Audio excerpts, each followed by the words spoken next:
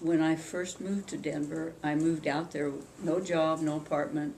It was just like I wanted to live in Denver. And so my parents drove me out. We found a little place off of Lincoln Street, probably about 3 or 4, as it turned out, about 3 or 4 blocks from the bank that I worked at.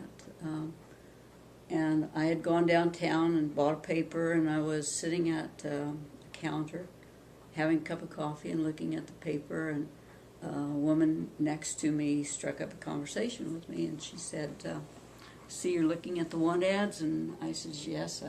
She said, have you been in town long? We just kind of chatted a little bit, and she said, well, what are you looking for? What do you know? That type of thing, you know.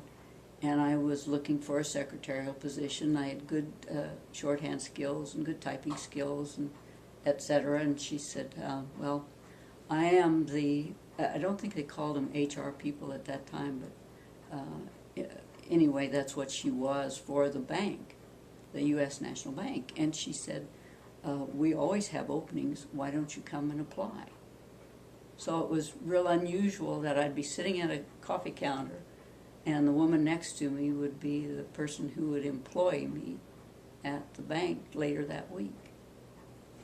And I had a nice position, started out in their kind of general pool, and worked there. That's how I met Baby Doe, for about maybe a month at the most.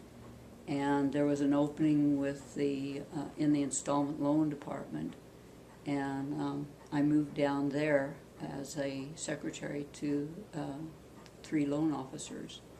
So I did secretarial work and filed chattels and that type of thing before I met your dad, and even after I met your dad. Worked for a while until I became pregnant with Phil. And in those days, in the 50s, a woman could not work in the public if she was pregnant, and it showed.